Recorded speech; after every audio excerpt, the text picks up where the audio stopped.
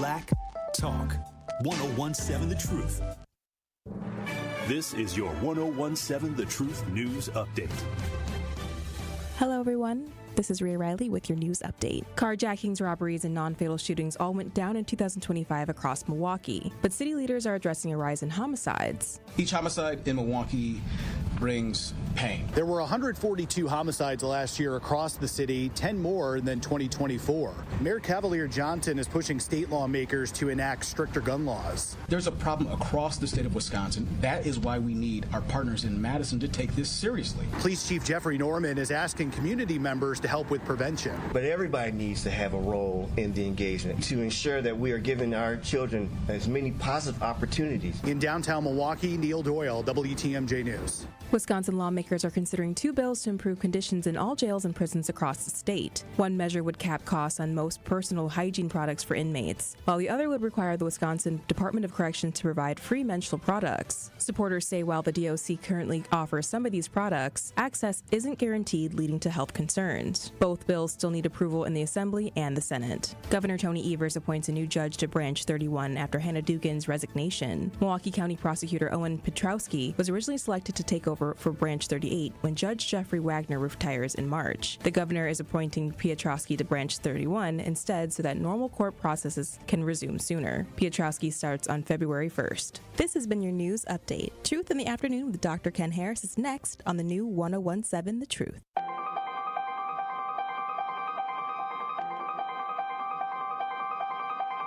Bringing you his authentic perspectives on important topics. They live in suburbs together. They live in the city together. They hang out together, all in the same family. We're the only idiots that fight because we want our voice to only be on one side. Like, does that even make any sense? And when the side loses, you lose everything.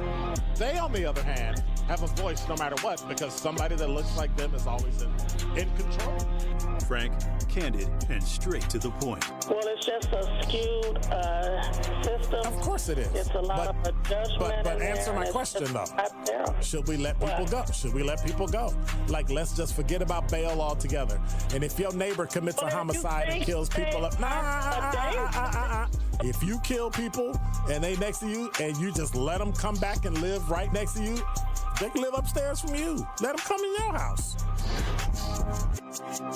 Frank, candid, and straight to the point. This is the best radio show in the state of Wisconsin. Truth in the Afternoon with Dr. Ken Harris on 1017 The Truth and The Truth app. Now, he's the mayor of the city of Milwaukee. He's a young man. Give him a chance. I only complain about things that I care about. What I want you to do is pretend like I'm in St. Louis. And all I'm asking the mayor and the Common Council president and the Common Council, show me. Now, live from the American Family Insurance Studio at the Avenue in the heart of downtown Milwaukee, here is Dr. Ken Harris.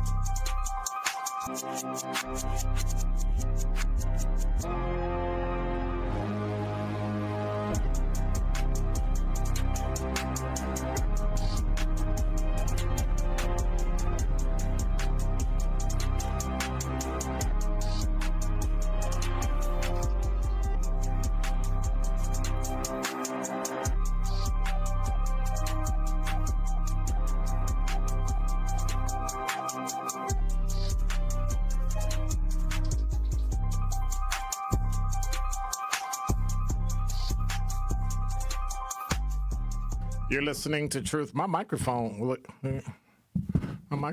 stay straight. It's all your fault, Zach. He's like, okay. Actually, it was my fault because I leaned over and had to fix my computer. And then I bumped it, and then it moved over, and then it fell apart. And so I guess I got to take the hit. You're listening to Truth in the Afternoon. I'm your host, Dr. Ken Harris. 833-212-1017 is the number.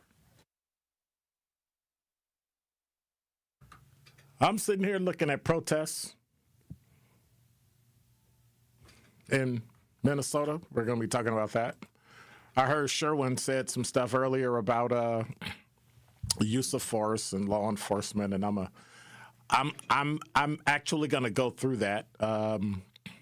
Personally, he did a decent job What he didn't do is go far enough and give more information. And so I think what I'm going to do is really talk about the laws that affect use of force so that people understand exactly what can and can't happen, so that they know this is what the law enforcement officer has to work through. I'm also going to add my own color analysis to the laws that the Supreme Court of the United States passed, and the decisions they passed and put on people who work in law enforcement federally, locally, state, and county. So you understand what you're working with and not running around like people were doing yesterday. She was scared. Like, you have no idea. You have no evidence. You have nothing about that woman in Minnesota and what was on her mind. And we have an idea of what's on the officer's mind because he has to work in that frame. And I'm going to explain some of that so that you understand exactly what it is that you go through when you're dealing with what you perceive to be a life and death situation, and it's difficult for you to tell somebody else that their life was not in danger. Oh, he wasn't going to hurt you. Oh, he wasn't going to kill. We've had instances where people have died in domestic violence incidents. Why? Because somebody told them, I don't think anything's going to happen. What you think doesn't matter. The only thing that matters is what happened. And so people think they know what happened, but there were multiple cameras, multiple angles. But you're talking about a half of a second. You're talking about a fraction of a second that you have that when a person does something, your perception perceives it to be something. And it's easy for you to sit at home and look at a video because you don't like the police, or you do like the police, and side with the police or side with the woman. That's called bias. So the police need to shut up, the people need to shut up, and let the investigation go through. But what I'm going to talk about today is all of this in relation to Milwaukee. How's it going to impact Milwaukee? How's it going to feel in 24, 48, 72 hours? I saw the mayor, and I'm going to talk about it later, about the mayor talking about, if ICE comes here. What are you doing? Are you ginning people up? Are you jazzing people? Like what? What is that? I'm critical of the mayor in some instances, and I'm totally supportive of the mayor in some instances. If I believe something is right or wrong or a little ambiguous, I have a problem with that. Why we would be mentioning Minnesota here or Baltimore or New York or anywhere, I get it, but at some point, you need to take care of your city. So I want to talk about 5 practical, real-world things you can do right now if you want to be safe in Milwaukee. Let's not worry about Minneapolis. Minneapolis will take care of itself. If they want to burn their city down again, let them. Let's not do the same thing here that we did in Sherman Park. Okay? All right. Especially in a moment when federal law enforcement activities are making headlines, raising questions about how law enforcement interacts with everyday people. But what we need to be looking at is how people interact every day with law enforcement. Number 1, know your rights and then teach them to your family. Most people think they know their rights because they get them off TikTok, but they really don't understand it. First, knowledge is a defense, whether it's local, sheriff's department, state, county, federal. You and your loved ones have rights under the Constitution of the United States of America, Constitution of the State of Wisconsin. It's not political rhetoric. It's fact. You don't have to consent to search to your home or car without a judicial warrant. You have the right to remain silent. That came from Miranda in 1966, Miranda v. Arizona. Went all the way to the Supreme Court. You have a right to remain silent. Anything you say can and will be used against you in a court of law. You have a right to an attorney. If you can't afford one will be appointed to you. You can give up that right. You can choose to talk or you can choose to wait. It won't be held against you. But the question that's the most important one they're going to ask you is, do you understand these rights as I've read them to you? Because anybody worth their salt who's a law enforcement officer who reads you your rights is going to read them so that they can then make a copy of it and put it in court. And so you didn't have to, oh, well, did I mess it up? No, I read it. You have a right to remain silent, and you can tell them you have a right to remain silent. You can refuse entry unless law enforcement shows you a judge-signed warrant, not just an administrative order. If law enforcement is interacting with you, you can ask for a lawyer before you speak to them. They can simply walk up and say, hey, can I talk to you for a second? You can say, no, I don't want to talk to you. If you're not being looked at as a criminal, if you're not a suspect, hey, these are not obscure legalisms. These are rules that protect everyday people and the police from everybody doing something dumb. Teach them to your spouse. Teach them to your boyfriend, your girlfriend, your parents, your children, anybody that's old enough to understand. Number 2, have a family safety plan. Have all your documents in one place. You might have to leave. God forbid a fire might start on your block and it goes through the houses and now it's coming for yours. What are you going to do? You need to have a plan. Birth certificates, IDs, insurance cards, even copies. Have them all in one place, preferably a box that if you can't get it to them in time, they can withstand the fire. Memorize contact numbers. Memorize. Not put them in your phone and save them and they're on the cloud and now you don't have a phone so you can't get to the cloud. I mean memorize phone numbers. Like 833-212-1017, talking text line. Lawyers, relatives, emergency contacts, know who is responsible for who. Something happened. Who gonna pick up the kids? Who gonna go in the house and get the box and the medical information? Who gonna handle the finances? Who gonna go get food? If somebody's detained or stopped, who gonna fill in? And then, guess what? Practice. Practice. Just practice. Number 3, stay calm and understand contact protocols. All right?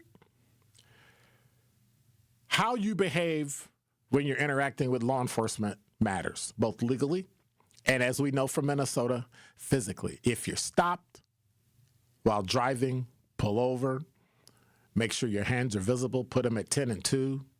If you can, and if it's safe, turn your interior light on. Comply with lawful orders for ID and insurance. If you're asked to get out the car, ask them, what is the reason why you want me to step out the car? Just ask. Keep your phone charged, not to film, but to actually call somebody. And more importantly, don't escalate. When they tell you to stop, turn off the car, and step out the car, and you have no reason not to, just turn off the car and step out. No big deal. But when you panic and try to drive away, you're escalating. And fear makes people move quick. And when people move quick, they make bad decisions.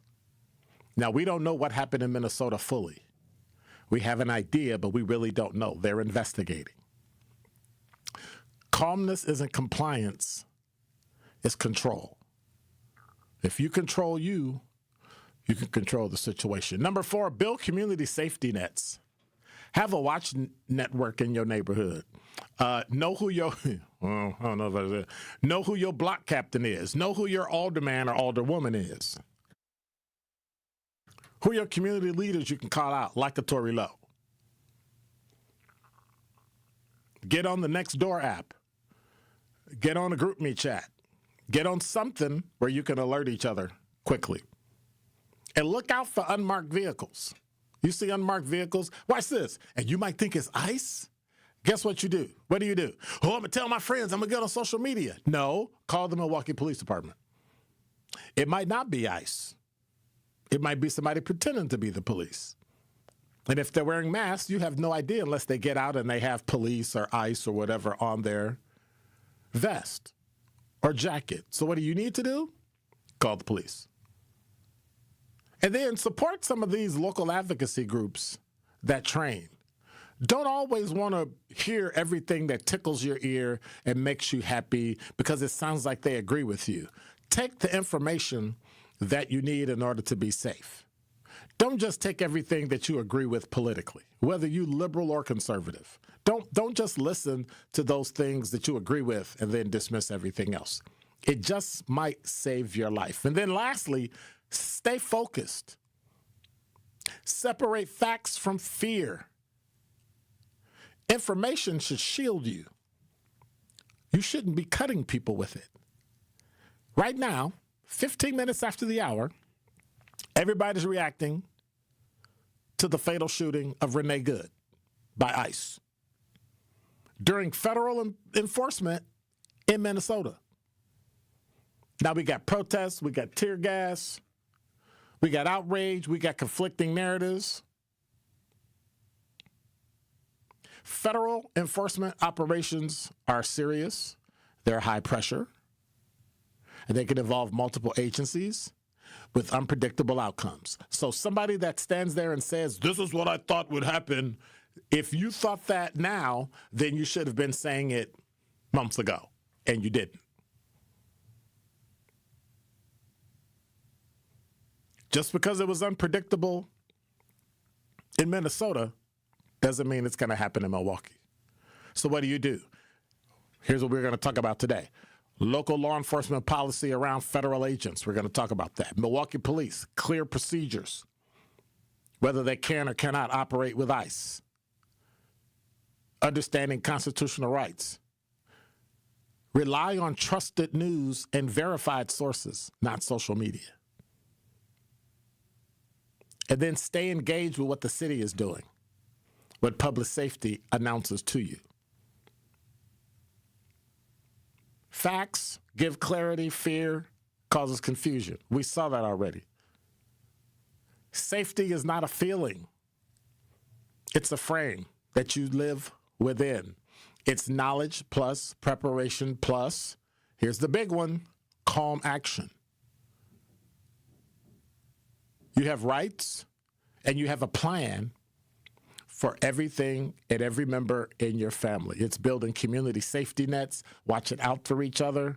But most of all, don't let fear decide how you live. If ICE decides to come to Milwaukee, be prepared, protect yourself, and stay informed. That's how we stay safe. But not just for today, but it's for the most important day. Living until tomorrow.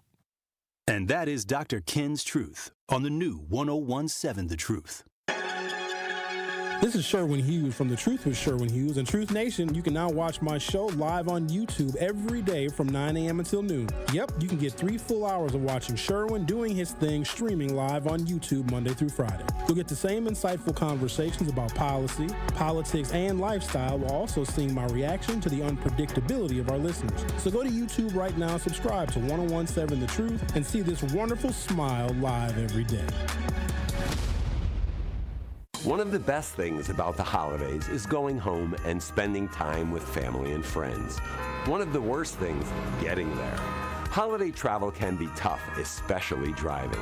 If you or a loved one needs help after an accident this holiday season, we're here for you. Our top-notch team of experienced professionals is available 24/7. Be safe this holiday season. Gruber Law Offices. One call, that's all. Life's better with Drive My Way from American Family Insurance, because we know it's more than just a car. It's your escape pod, your adventure mobile, your memory maker. And we help protect the dreams that drive you. Personalize what you pay for auto insurance and you could save between 10 and 35%. American Family Insurance. Get a quote and find an agent at amfam.com. Products, pricing, and availability vary based on the way you purchase insurance and by state. Unsafe driving behaviors may increase your rate. American Family Mutual Insurance Company, SI, and its operating companies, 6000 American Parkway, Madison, Wisconsin. Host an unforgettable outing and create special memories with your crew at a Milwaukee Bucks game.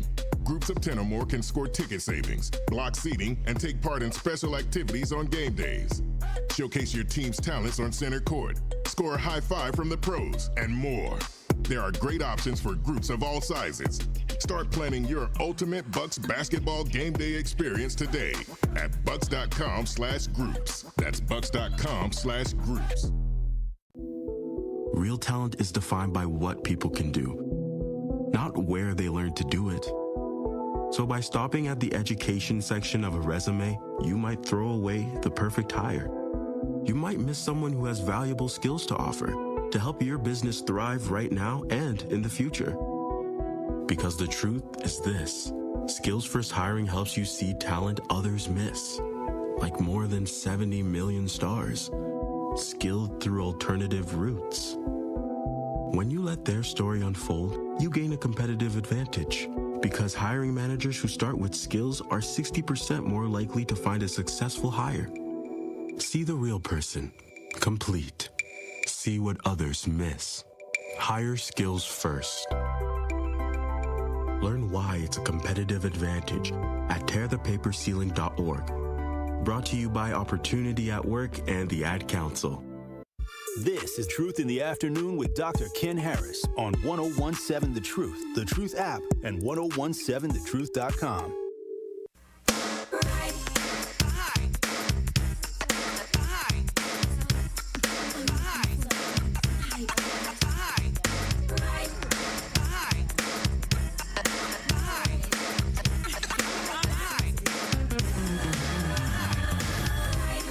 You're listening to Truth in the Afternoon. I'm your host, Dr. Ken Harris. 833-212-1017 is the number.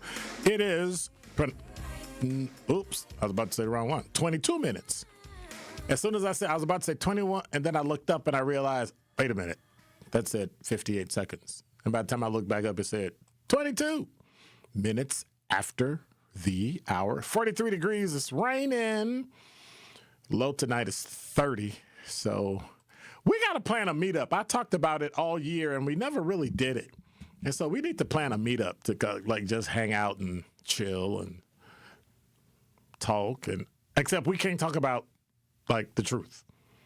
We got to talk about what's going on in the world and, let me see, politics and religion. No, I'm just kidding.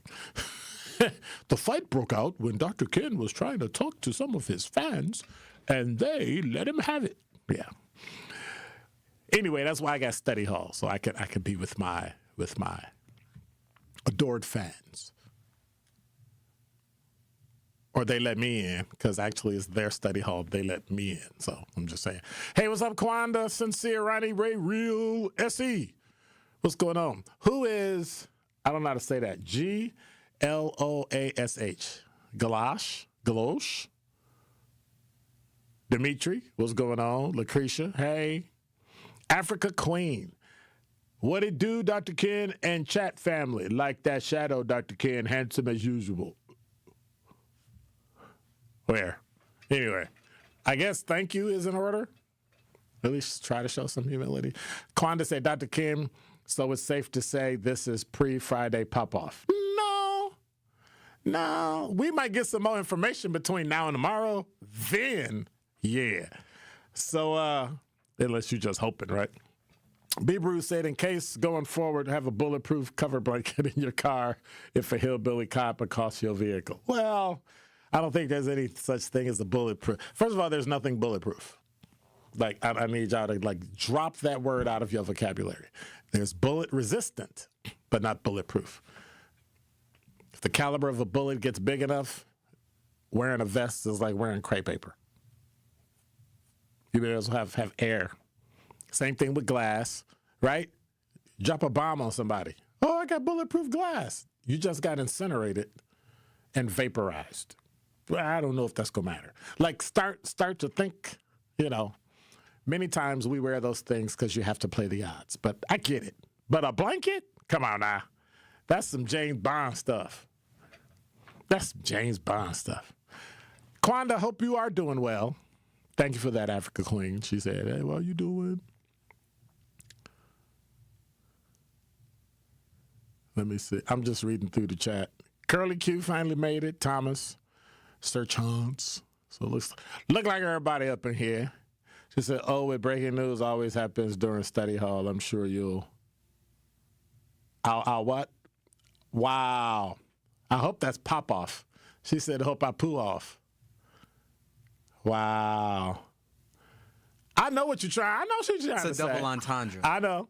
She's trying to say blank off, but I was trying to pretend like I was a boomer, didn't know what she was talking about. But once again, Zach corrects me and puts it out there. So I don't know.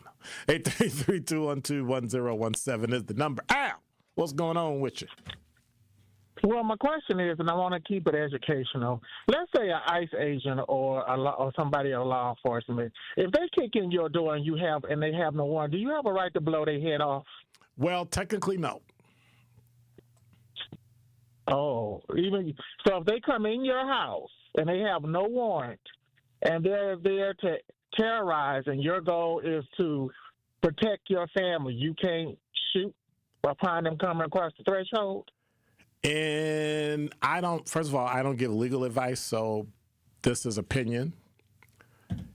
Okay. If I'm in uniform and I kick in your door and you see that I'm in uniform, head to toe, would you shoot? It depends because if you're protecting your family, sometimes it's either going to be you or them. If you see me in uniform, head to toe, and I kick in your door, you would shoot. Yeah. Then you're probably going to lose. I don't know what you're there for. Odds are you're going to lose. You think so? Yeah. So what happened in an instance, there was a guy down in Florida. He had warrants. It was dark. It was night. They did a no-knock. They went in.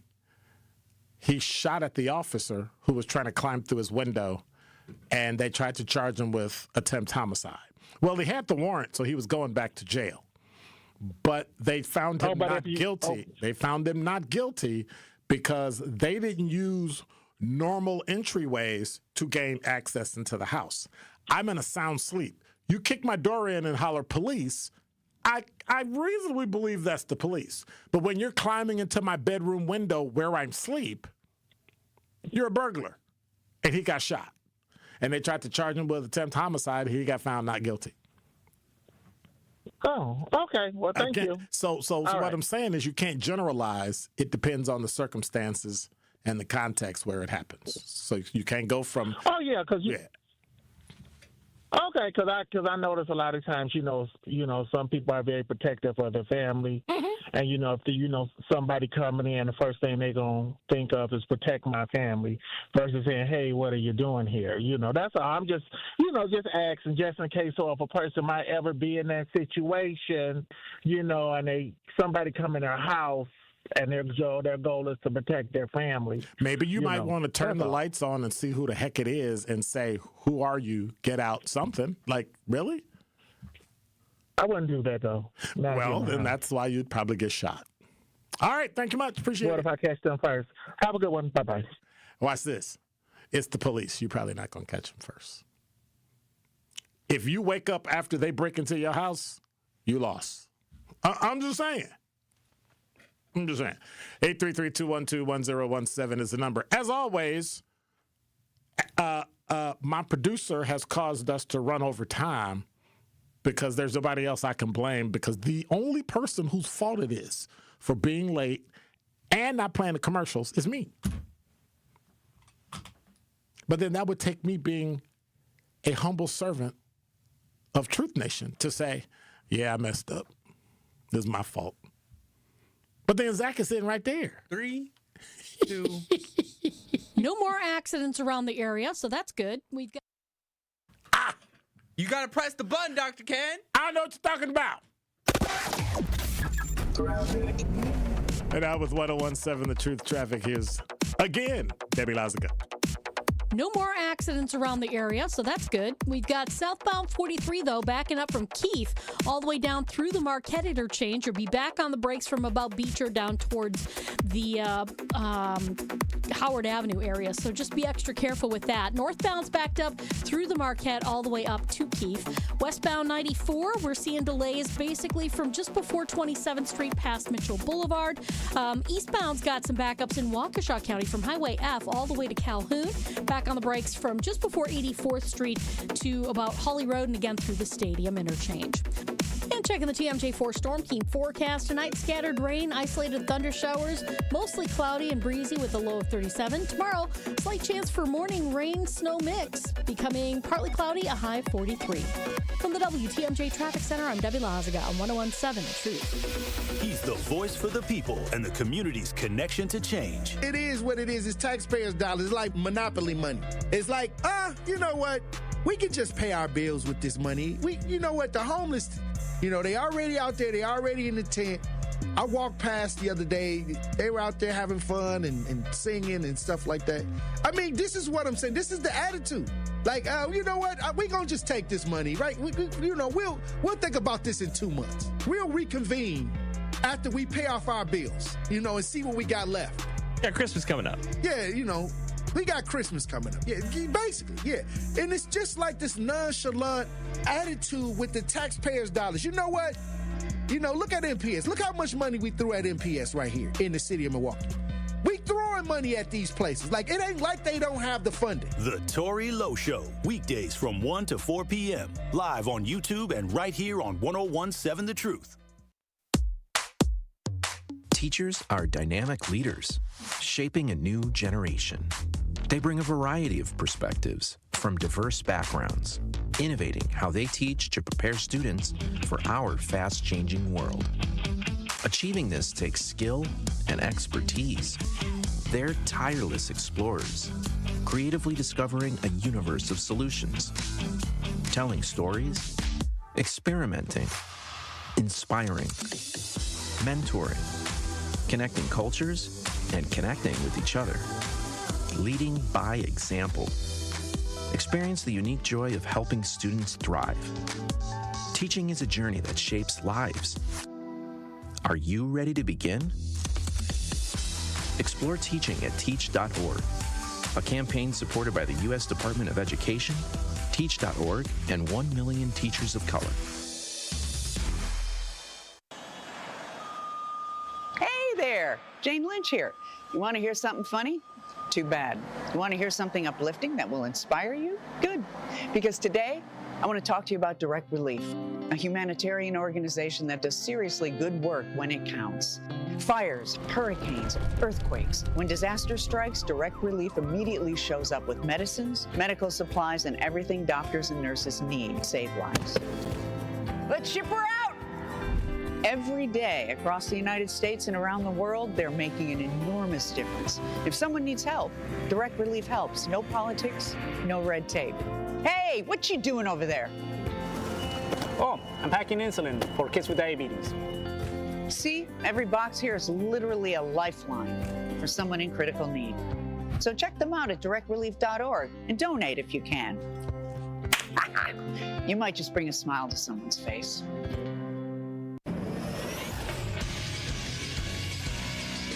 This Associated Bank Sports Center update on 101.7 The Truth is powered by ESPN Milwaukee. I'm Andrew Zimmel. Wednesday night, the Milwaukee Bucks came up just short against the Golden State Warriors, losing on the road 120-113. Giannis Antetokounmpo led all scorers with 34 points, with all the Bucks starters reaching double figures. The Bucks face off against the Los Angeles Lakers on Friday night on the road. And last night, the Marquette Golden Eagles were able to hold on against Xavier, winning 66-65 at home. Next up for Marquette is a showdown against Villanova at home on Saturday. The Miami Dolphins have fired head coach Mike McDaniel after a 7-10 season. McDaniel had a 35-33 record with the Dolphins. His firing makes 8 new head coaching openings around the NFL. And tonight, the 10-seeded Miami Hurricanes take on the 6-seeded Ole Miss Rebels in the Fiesta Bowl of the semifinals of the college football playoffs. Kickoff is at 6:30 p.m. This True Sports Update was brought to you by Associated Bank, proudly supporting your hometown teams. Member FDIC. It's Truth in the Afternoon with Dr. Ken Harris on 1017 The Truth app, and 1017thetruth.com.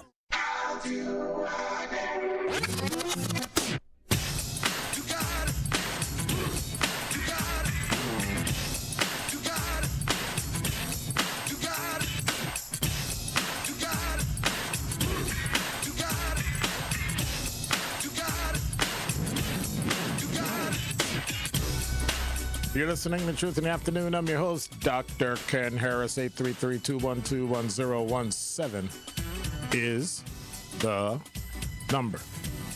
Ms. Smith said Breonna Taylor's boyfriend fired a shot at the police when they broke into her apartment and murdered her. And he was charged, but the charges were dismissed. Yeah, sometimes it sounds like Ms. Smith just wants to say something to offset or something different from what I say or prove me wrong. I don't think she liked me. I don't think she liked me. And I mean, I'm okay with it. Sometimes I don't like me either. But, it's kind of. Hey, what's up, LT? How you doing? See, he made it too. All right, so let's jump in. Let's jump in. Use of force. Police use of force. Sherwin tried his best to try to explain some of the laws that surround it. But there's significant case law that shapes this. So I went to the Supreme Court of the United States of America looking at the use of force cases in terms of how we got where we are today. You're going to need to look at this case in its entirety, not little bits and pieces. Oh, he did the one thing, therefore it's the totality of the circumstances from beginning to end. And they have to look at it. And they're going to look at it. But this isolating things and where was his foot? Oh, he was close enough to get out the way. Clearly, you've never been in front of a moving car. Judging the distance of a car that is moving at you, towards you, is significantly different from standing on the side. Watching it in video or film, cars move twice, look like they're moving twice as fast as they actually are. So in movies, you can do a high-speed chase at 25 miles an hour, and you would swear they were doing 50. Or 50 miles an hour, and it looks like they're doing 100. So eyes play tricks, just like video does. It's a whole lot of work that's going to be that needs to be done. See, y'all got me all razzled and frazzled. That's Miss Smith's fault. I'm kidding. So, number one, Tennessee v. Garner. Deadly force may not be used to stop a fleeing suspect unless the officer has probable cause to believe the suspect poses an imminent threat of death or serious or great bodily harm to others, to officers or others. So what that means, probable cause, a quantum of evidence that would lead a reasonable police officer that a person is committing a crime. That crime is what? The threat of death or great bodily harm to officers or others. That's what it says. They used to prior to this case, you just shoot somebody in the back, pop. So they went to a house in Tennessee, and it was a burglar, and the burglar saw him, and he looked, and he ran away from the police, not toward them, away, and tried to climb a fence. So cop pulled out a gun, pow, shot him in the back, killed him. Burglar didn't have a gun, all that stuff. Went all the way to the Supreme Court, and they said, a fleeing burglar isn't coming anywhere near you. And we'll talk about that later. So what are we doing? All right. And you can look up the official U.S. Supreme Court opinion from 1985. But then there's Graham v. Connor. Graham said all police use of force claims during arrests or seizures are analyzed under what's called the Fourth Amendment, which is objective reasonableness. An objective reasonableness standard is what would a reasonable police officer do in the same instance at the same time when all the conditions are met, right? Me shooting somebody in a studio at 3rd Street Market Hall at 39 minutes after the hour with the lights on across the desk and the person doesn't have a gun, and I'm a police officer, would another police officer in that same instance reasonably fear imminent death or great bodily harm and shoot the person? In this instance, I would say no.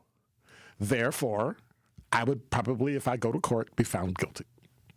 It has to be objective reasonableness. Any other person you bring in, the majority of those people should go, I went and shot him. Not the public that looks at something and goes, oh my God, because it's the police, automatically no. Because then people think I'm one of those, automatically yes. Oh, believe me, trust me. When cops are bad, they should go to jail. When it looks like they should go to jail, they should go to jail. But then there's Pearson v. Callahan. That's Callahan with 2 L's. The courts may grant what everybody hates, qualified immunity, without first deciding whether a constitutional violation occurred, as long as the law was not clearly established at the time of the incident. Why does that matter? Because decision heavily shapes whether officers can be held civilly liable, even when their use of force is challenged. So what this means is that if you do something, you have qualified immunity. As long as you're acting under the color of law, technically you have to be acting under the color of law. That means in the performance of your duty as a law enforcement officer, and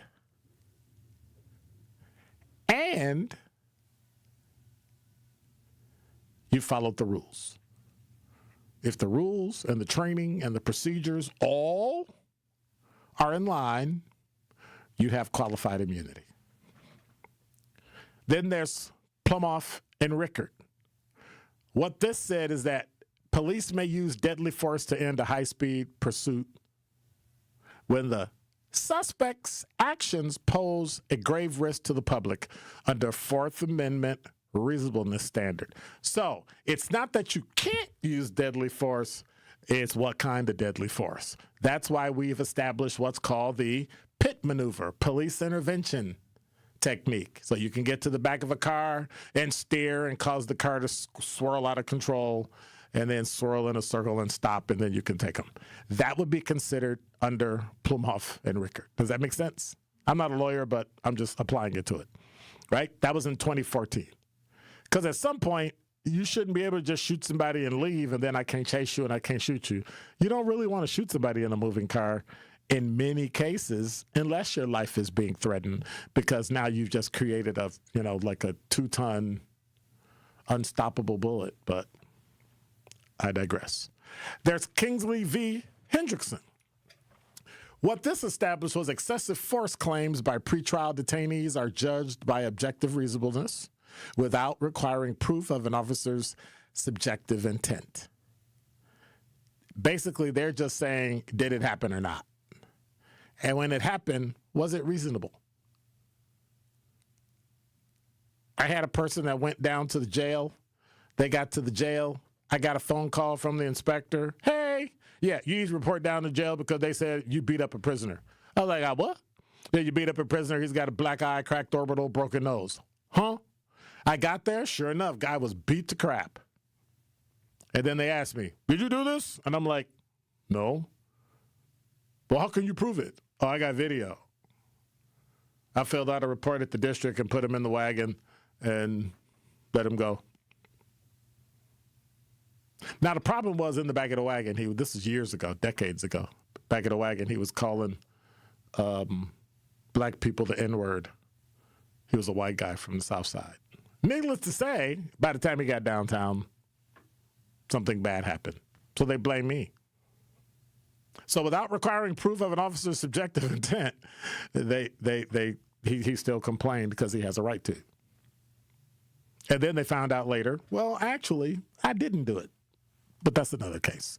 County of Los Angeles versus Mendez. Now, this is an interesting one.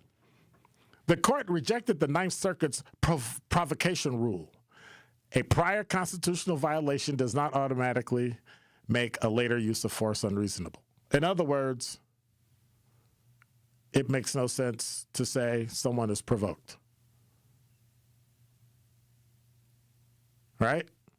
So if something was bad back then, doesn't make it bad today. Does that make sense? Because laws change. So what was once bad marijuana, is now good now in some states. I know it's a bad example, but that's the only one I had. Then there's Barnes v. Felix. The court must evaluate the full sequence of events leading up to a use of force, not just the split-second moment when the force was applied. Because when the shooting happened, it looked like he was just standing there and he shot him. But that's not real. It all happened in real time. Evidently, the woman was blocking the street, trying to block ICE officers. Or was that true? See, rather than go down that road, let's just wait till all the information comes out. They follow what Barnes and Felix says in the United Supreme Court, that when it's evaluated, they have to look at the full sequence of events leading up to the use of force, not just the use of force by itself. It's really simple. It's really straightforward. But for some reason, people have a problem understanding those types of things. And so it's very easy. It's very simple. Applying all those together is what many people don't understand. All of it has to happen at the same time. And so when we come back, I want to take some calls. We got talk and text, and look at what Mayor Johnson and some of his comments about Minnesota and ICE. You're listening to Truth in the Afternoon. I'm your host, Dr. Ken Harris. 833-212-1017 is the number. Truth in the Afternoon with Dr. Ken Harris returns after this on 1017 The Truth app, and 1017thetruth.com. On Friday night, the Milwaukee Panthers return home to host conference foe, the North Kentucky Norse. Draws a double, kick out to the wing. Aguilar contested three, and he buries it. The Panthers are down by 3. D'Lo reattacking in the paint, fades, fires, drops it in. The Panthers have pulled within 6. Scott Warris has the coverage Friday starting at 7:30 on 1017 The Truth and the Milwaukee Panthers Sports Network from Learfield. Tip-off happens at 8 o'clock. Life's better with American Family Insurance because we know you love working weekends. If it means working on your dream home, both inside and out. And we're here to help protect those dreams so you can enjoy peace of mind. Save up to 40% when you bundle home and auto. American Family Insurance. Get a quote and find an agent at amfam.com. Products, pricing, and availability vary based on where you purchase insurance and by state. Some exclusions apply. American Family Mutual Insurance Company, SI, and its operating companies, 6000 American Parkway, Madison, Wisconsin. I'm Dr. Jasmine Zapata, Chief Medical Officer for Community Health at the Wisconsin Department of Health Services. Every year in the U.S., about 21,000 lung cancer deaths are caused by radon, an odorless, tasteless, and colorless gas. 1 in 10 Wisconsin homes has high levels of radon. Does yours? Call 1-888-LOW-RADON or visit lowradon.org to learn more. Test, fix, save a life. Sponsored by the Wisconsin Department of Health Services. Dad's gonna be far side, good. What should I do with my dress? Do the wiggles. The slate's coming in. What does it feel like when you're down or having a bad day? It feels sad, like you just don't want to do anything. All my little emotions in my head is just running crazy. I don't know what to do. As a teacher or coach, do you ever feel overwhelmed supporting kids' mental health? I had never experienced players being so down that they can't even participate. He's just in tears in the huddle. I didn't know what to do. Teachers need tons of help. Kids Mental Health Foundation offers educational materials to help guide conversations with our students. It's so important that we are constantly educating ourselves. It's the same as the CPR class to me. We're trying to save a life here. The Kids Mental Health Foundation has free tools and information developed by experts because kids' mental health starts with all of us. Scan the QR code or check out kidsmentalhealthfoundation.org to get started. Prizes, exclusive experiences, even cash money. You want it? We've got it. Find a list of all contests and official rules by visiting truthcontests.com. That's truthcontests.com. Happy kids heal faster, and that's why Starlight is dedicated to improving the mental well-being of sick kids across the U.S. Learn how at starlight.org. Proud partner of your Milwaukee Bucks. One call, that's all. More of Truth in the Afternoon with Dr. Ken Harris is next on 1017 The Truth app, and 1017thetruth.com.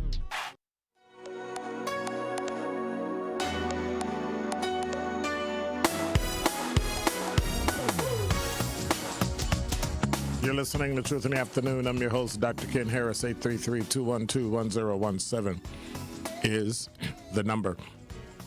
LT said the agent won't be charged. He don't have to shoot, but the law allows him to make that choice.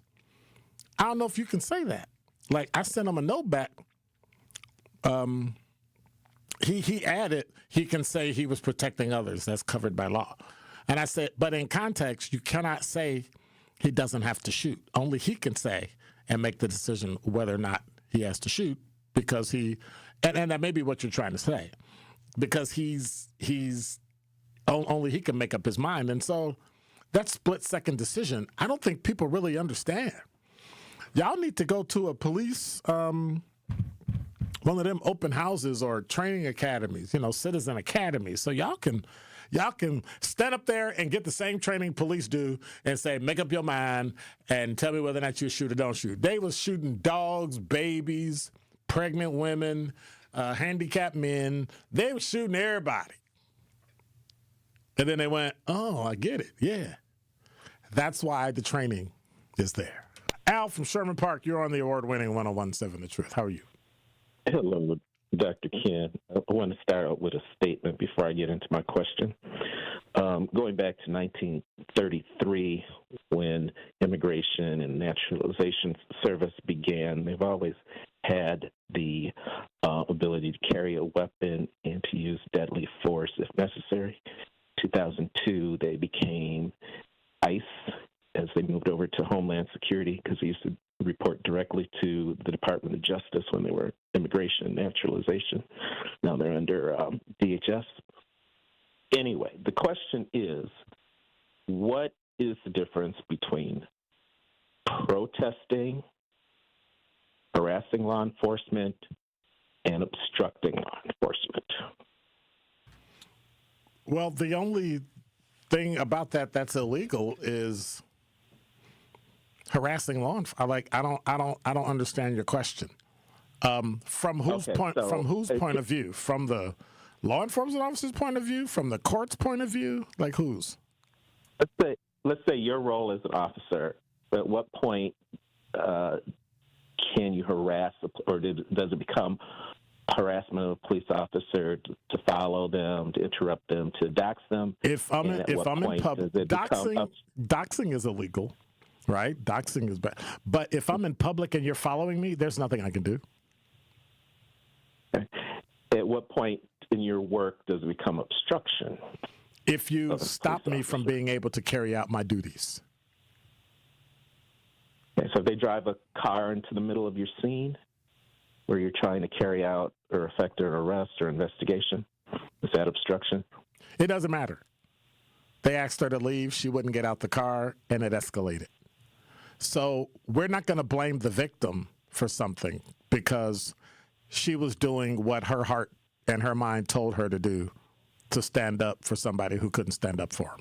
So that's one part. Again, you got to look at it from both points of view. You can't look at it just from law enforcement, because I can tell you on good authority, not all law enforcement is good. No, I'm not saying that, but there's certain things that some politicians are leading protesters to believe they have a right, and it's leading into they do have a right to protest. They do have a right to air their grievances. They do have a right to march.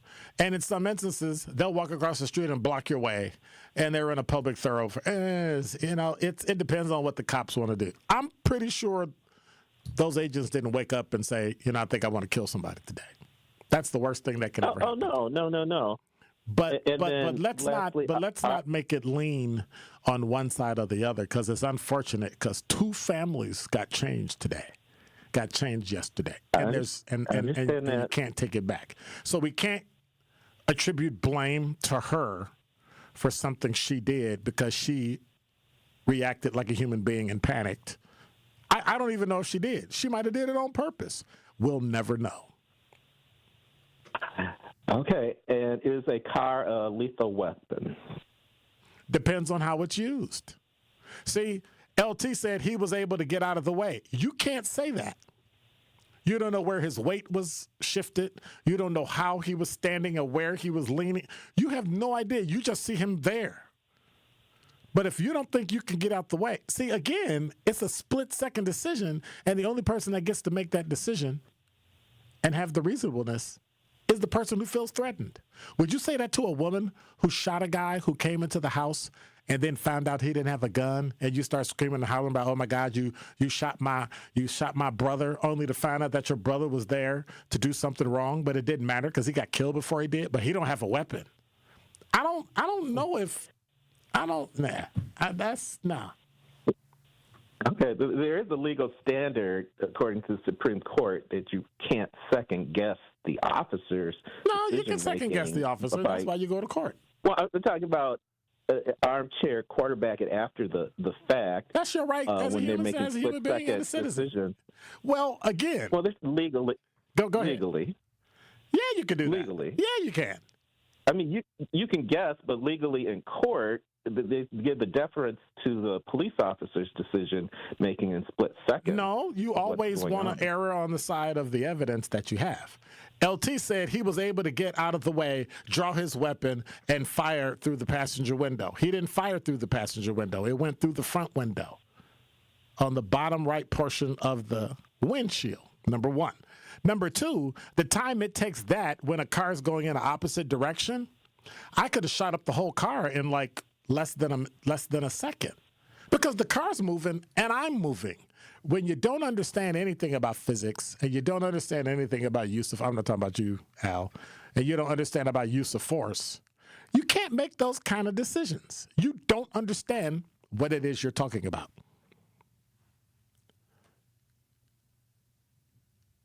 I'm just saying. Melly says legal protest, protected attack, the obstruction, not legal. Actual obstruction is legal, is illegal.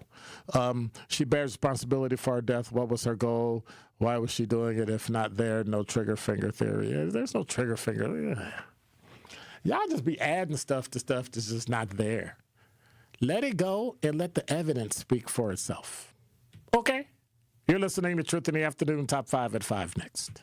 Come in with straight truth. If you acted up, if you were out here doing any kind of foolishness or just something that people know would make your family's name look bad, your neighbor from down the street, if they see the son or daughter, be like, what are you doing? They gonna call you out. They gonna let you know that they saw you, and then they gonna tell you, come here. Now you know I'm gonna tell your daddy. That part. There are a lot of times when people are new to an area, they don't know where to plug in. And anybody who plugs in the 101.7 The Truth and listen to you and Dame and Truth Nation would know that there is a significant public outcry when violence happens in our community. Don't worry about the outcry if you're not listening to the right people. So I would encourage her to tune in to 101.7 The Truth and listen to you guys, Denise Thomas, Dr. Ken Harris, Tori Lowe, and definitely Sherwin Hughes every day. Watch all your favorite 101.7 The Truth shows by subscribing to 101.7 The Truth on YouTube.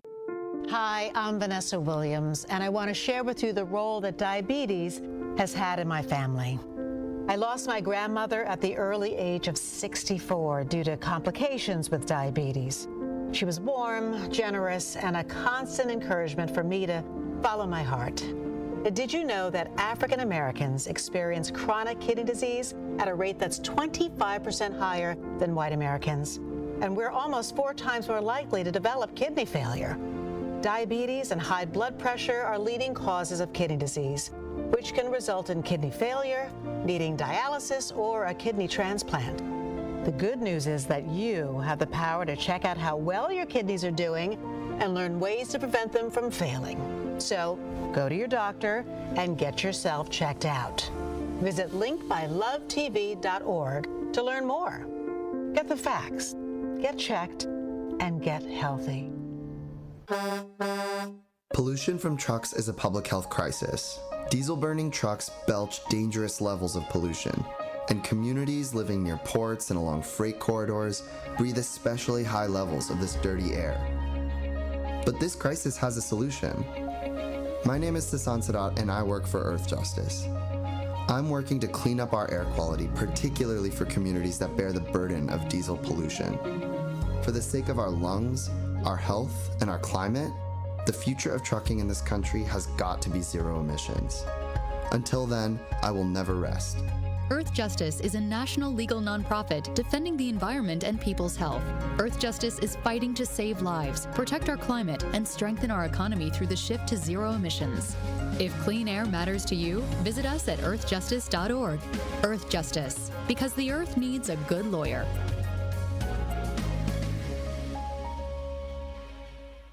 Listen to the home of the 5K Gruber Cash Giveaway. 1017 FM, 1510 AM, WGKB Waukesha, and W269DL Milwaukee, a locally owned Good Karma brand station. This is your 1017 The Truth News Update.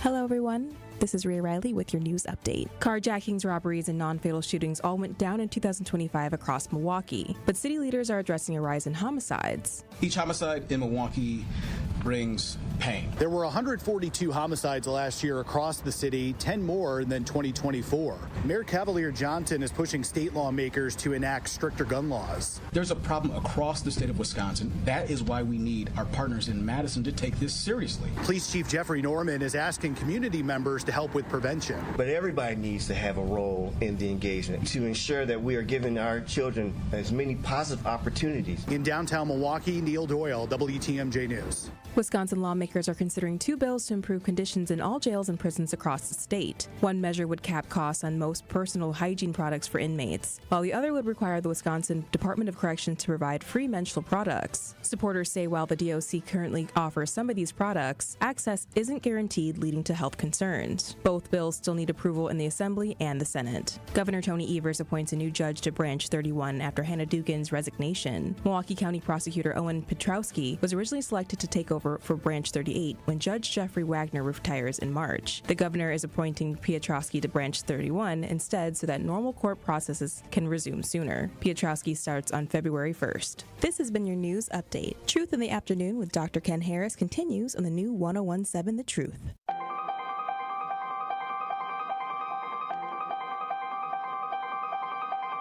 Bringing you his authentic perspectives on important topics. They live in suburbs together. They live in the city together.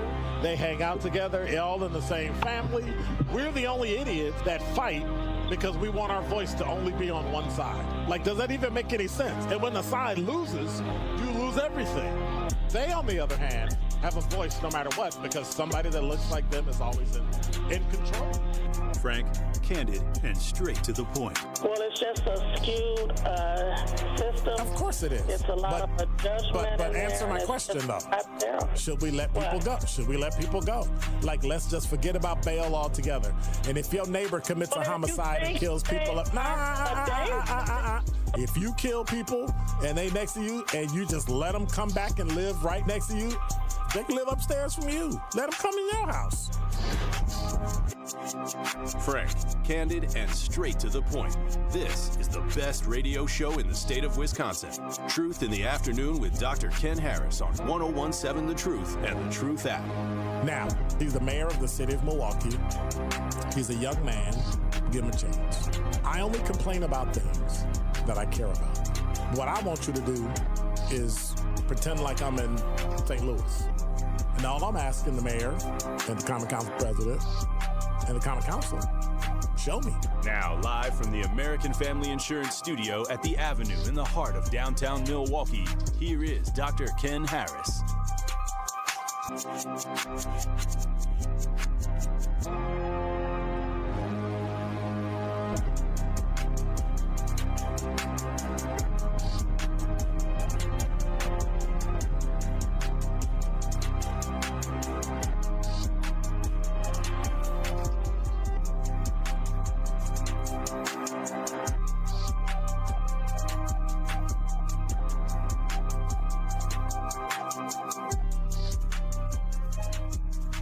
I was gonna tease you, and I said, I saw the look on your face, like, don't.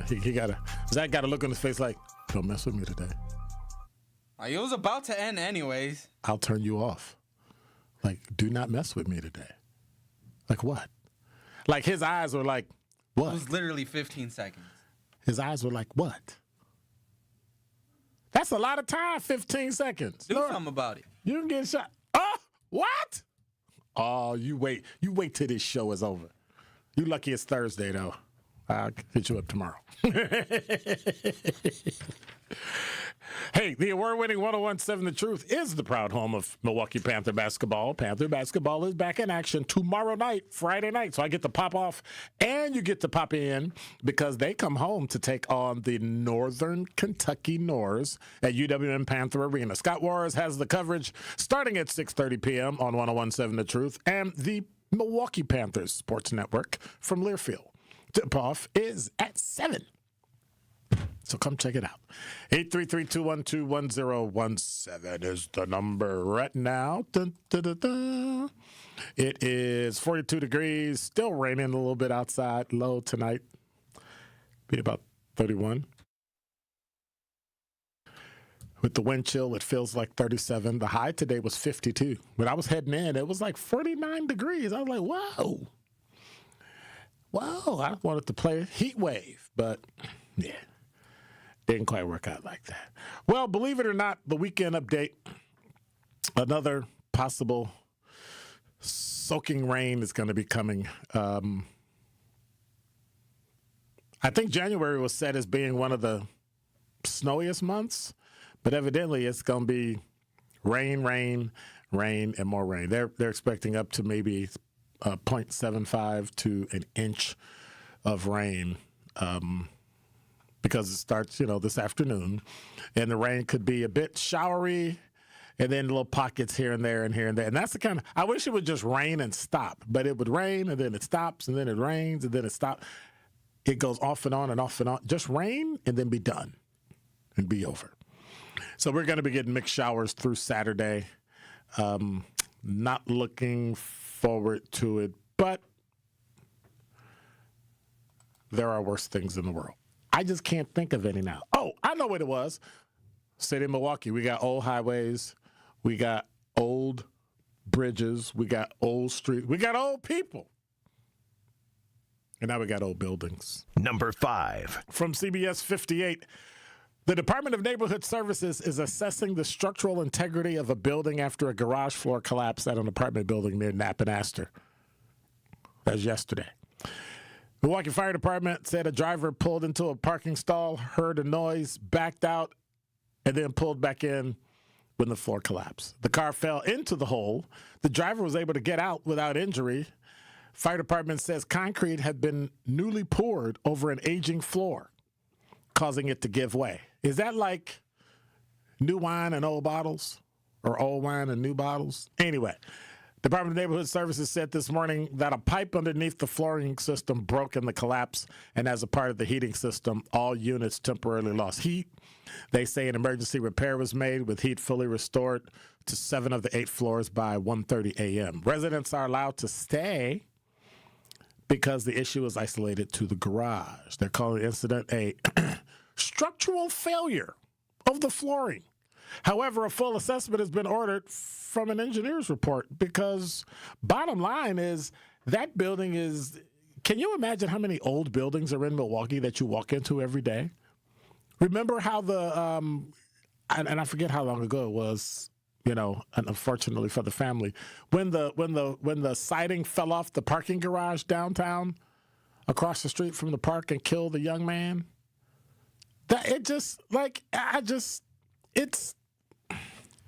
Everybody needs to check their buildings. Everybody needs to check their house to see what's old and what needs to be replaced. Like me. I need to be replaced. Oh, it's 8 minutes after the hour. Minnesota update. Number 4. From CNN.com. So, as you know, the National Guard have been authorized by Minnesota Governor Tim Walz to help support local law enforcement amid deepening tensions in the Minneapolis area where ICE agent fatally shot Renee Good, 37 years old, yesterday. Protesters have been rallying in the Twin Cities, and I'm watching now how it is literally no let up. Like, there is ongoing issues. There's a person who just got fired from one of the hotels in Minnesota because they leaked where the ICE agents were staying in the hotel. So they just got fired. So it's gearing up. People are headed up there. I know a lot of our news media in Milwaukee is headed up to Minnesota. And, they're differing accounts. They're even upset that the local authorities aren't able to investigate, but you're not going to let local authorities investigate a federal officer. That's what the FBI is for. If it was a local police officer, the state of Minnesota, their Criminal Investigation Bureau, would investigate. So why would you let the local law enforcement investigate a federal officer? That makes no sense. What were they going to charge him with? Like, can they even charge him in this? Like, it just doesn't make any sense. But here we go.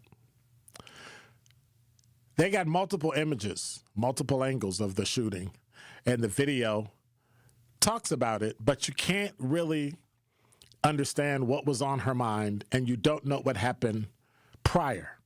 And so when they talk about, we don't know what took place prior, it remains unclear. That is that last law we talked about that I read from the Supreme Court. You got to look at a totality of the circumstances, and you have to include the thing I called yesterday preclusion. What happened up to and including that caused it to even happen? And the officer didn't shoot through the well, the way he made it sounded like he was shooting through the window. Now I understand what LT was saying. He shot through the glass, but that was like a half a second. And I don't know if people understand, you don't shoot a gun and go bang and then wait 5 seconds, 10 seconds, and then go bang and then shoot. You have a semi-automatic. As fast as you can pull the trigger is as fast as the bullet comes out, and it depends on the weight. And usually they're most of them, I'm trying to remember the terminology, a 3-pound, a 4-pound trigger. It takes that much pull to fire it. But you train with it, so at that point, it wouldn't matter if it was 10 pounds or 2.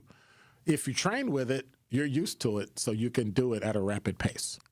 There's all sorts of little nuanced things that I'm not a firearms instructor, never wanted to be, that go into it. And so we'll just have to wait and see. However, crowds are starting to gather near the shooting site. They started protesting. They're throwing tear gas at people, and they're screaming and hollering at the cops, and it's starting to get out of hand. Now, the question I had about it, and Zach looked at me and kind of like, I don't remember his reaction to the question I asked, but no, I'm not. That would denigrate her memory, so I'm not going to do that. I'm not going to do that. When we come back, we're going to have an update, by the way, when I'm done, on the agent who fired the shot. So we'll have some more information on that as well. And did you hear about the MPD cop that got trapped in a car with the suspect? Like, wait, what? Number 3. From Fox6Now.com, a 26-year-old man is accused of fleeing police. Now, here's my question. Help me out, Zach. Are you fleeing the police if the police are in the car with you? Okay. During an attempted arrest, he's accused of fleeing police. An officer who was present to make the arrest ended up being trapped in the backseat of the defendant's vehicle during an attempt to flee law enforcement. How are you fleeing? He's in the car. The accused is Kawane Daniels, and he faces the following criminal counts: first-degree recklessly endangering safety, false imprisonment, operating a motor vehicle to flee or in an attempt to elude an officer, and second-degree recklessly endangering safety. Well, according to the complaint, MPD went to the Comfort Suites, 118th and Silver Spring, after a caller indicated that property had been taken from her by the defendant. The caller indicated location data alerted her to the property was in the hotel parking lot. Daniels has 2 warrants for his arrest. Well, the caller reached out to Daniels to come outside and meet her. Law enforcement was going to assist with arresting, and the complaint indicates he approached his car. An officer followed and positioned himself behind an open rear door. He drew a service weapon, knowing that Daniels was reported to frequently be armed, and the officer ordered Daniels not to place the car in drive, but the complaint says Daniels ignored the orders, accelerated in reverse in an attempt to flee the officer. The officer, who's now being forced to backpedal, realized that he could not keep up with the quickly reversing car and feared he might be overtaken and crushed, so he jumped into the open back seat. Oh, it's almost like a cartoon. He wanted to escape the possibility of being knocked down beneath the oncoming vehicle's door and tires. The defendant quickly accelerated out of the hotel parking lot with the officer in the rear seat, and the officer continually ordered him to stop the car. Daniels fled at a high rate of speed, nearly 90 miles an hour on Silver Spring, lost control, and mounted the curb several times. During this incident, the officer kept a service weapon aimed at Daniels while in the back seat. Due to the speeds and reckless driving, the officer could not exit the vehicle. This is funny. The court files also said the officer having his gun pointed had no effect on Daniels pulling the vehicle over. That's because he knew he wasn't going to shoot him. Would you shoot somebody going 90 miles an hour? If you don't slow this car down, I'm going to shoot you. Like, does that make any sense? Anyway, that's like pepper spraying somebody that's standing on the ledge of a bridge saying they're going to jump off. But if you pepper spray them or tase them, they're going to become... Anyway. And yes, that actually happened. So near 92nd and Birch Avenue, the complaint says Daniels opened the door and jumped while they were doing 35. The officer remained trapped, and the car came to a stop when it went over the curb and continued into a front yard and crashed into a tree. I wish I could have been there to see. I'm sorry. I shouldn't be laughing, but that is funny. That is funny. See, I would have got out as soon as we started chasing. I'd been like, okay, bye. And left him there. But that's just me. That's just me. Number 2. Where we at?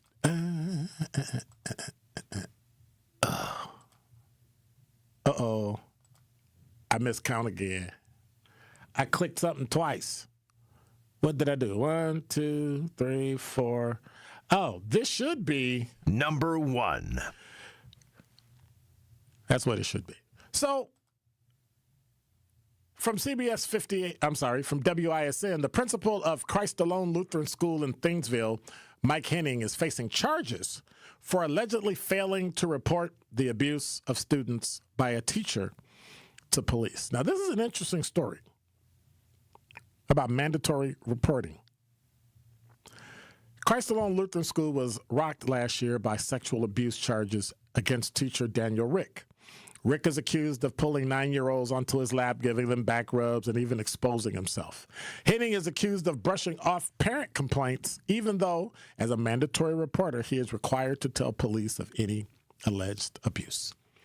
Terry Miller, president of the National Center to Stop Educator Sexual Abuse, Misconduct, and Exploitation, or SESAME, said this is the most dangerous safety issue that is not addressed in our schools. That's the whole point of mandatory reporting laws, is to put children first, to put their safety at the top of the list. Well, despite the frustration of students at the school let me get that right. Despite the frustration of parents that the school failed to act until the teacher, Daniel Rick, was arrested, the principal continued on at the school until he was charged last Friday and placed on leave. Miller said charges against an administrator are rare, but expressed a desire for harsher penalties. She said, it's a misdemeanor, and I don't believe that's severe enough. When they fail a child in this way, leaving the child in the clutches of a child predator, I believe the penalty should be a minimum felony offense. Because too often, these types of cases are handled in-house and not reported to law enforcement, thus leaving the perpetrator access to those children day after day, year after year. And isn't that what happened here with the Department of Public Instruction, where they had lists and names of people who had done things in school districts all over? Some of them had jobs, some of them didn't, but nobody really said anything and nobody publicized the list. They just kept hiring each other. Police were only notified of the allegations against Rick when another mandatory reporter learned of the situation and notified the Ozaukee County Department of Human Services. Prosecutors say a principal never notified. The principal never notified law enforcement, and in an interview, the detectives characterized Rick's behavior as dumb mistakes. Christ Alone Lutheran sent an email to parents reading in part, please be assured that our school remains focused on providing a safe and supportive learning environment for all students. That's a nonsense statement because you're not even taking ownership of the mistake. The principal makes his first court appearance in 2 weeks. The teacher Daniel Rick is free on $100,000 cash bail and is set to stand trial next month. I don't get it. Children? But then again, I know me. I'm not going to say that on the air because then if that person disappears, then you'll actually know it was my fault. So we've been talking about ICE all day. We've been talking about Minnesota all day. We know what happened last time in Minnesota in 2020 and what occurred throughout the years following the murder of George Floyd. We're at that same place again. My question is, I wonder, what would you do if you were stopped by ICE? I wonder what would happen. Breaking down the issues that shape our city and our future. Another function of white supremacy, don't teach black people stuff, because if you give us a little bit of knowledge, we'll invent something totally new. That's why it was illegal to teach slaves to read, because if we could read, then we could write. And if we could write, we could communicate. And if we could communicate, we could plan. And if we could plan, we could strategize. And if we can plan and write and read and communicate and strategize, we could overthrow white supremacy, because they've always known how fragile it is. It's The Truth with Sherwin Hughes, weekdays from 9 to noon. There's nothing like Milwaukee Bucks basketball at Fiserv Forum. The dunks, the defense, the roar of 17,000 fans. It's even better when you're with friends or family. From jaw-dropping plays to buzzer-beating threes, every game is packed with unforgettable moments that you'll get to share together. So gather your crew and get your single game tickets today at bucks.com/single. That's bucks.com/single. Wisconsin winters can be tough, and so are higher energy bills. The Community Advocates Milwaukee County Energy Assistance Program is ready to help you. Eligible Milwaukee County residents can receive help with their energy bills and weatherization benefits to keep you warm and help you manage your heating and electric bills. Schedule your personal appointment at keepwarmmke.org or call 414-270-4653. For more details about locations and hours of operation, go to communityadvocates.net. This program is administered by the State of Wisconsin Department of Administration. Injured? Call Gruber Law Offices today. One call, that's all. Literally one call, that's all. I made one call and that's all, worry-free. One call, that's all. It worked. Just one call and that's all. They will do what they say they're going to do. One call and that's all. One call, that's all means security. It's literally one call, that's all. It's a phrase we'll never forget. Gruber Law Offices. One call, that's all. Real talent is defined by what people can do, not where they learn to do it. So by stopping at the education section of a resume, you might throw away the perfect hire. You might miss someone who has valuable skills to offer to help your business thrive right now and in the future. Because the truth is this: Skills First Hiring helps you see talent others miss, like more than 70 million stars, skilled through alternative routes. When you let their story unfold, you gain a competitive advantage, because hiring managers who start with skills are 60% more likely to find a successful hire. See the real person, complete. See what others miss. Hire skills first. Learn why it's a competitive advantage at tearthepaperceiling.org. Brought to you by Opportunity at Work and the Ad Council. This is Truth in the Afternoon with Dr. Ken Harris on 1017 The Truth app, and 1017thetruth.com.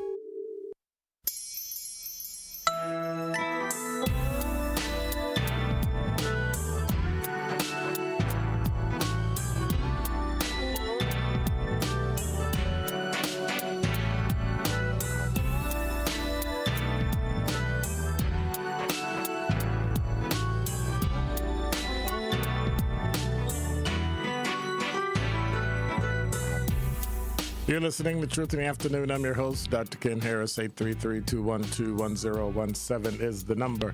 The caller, you're on the award-winning 1017 The Truth. What's going on? Well, Happy New Year, Dr. Ken. How are you?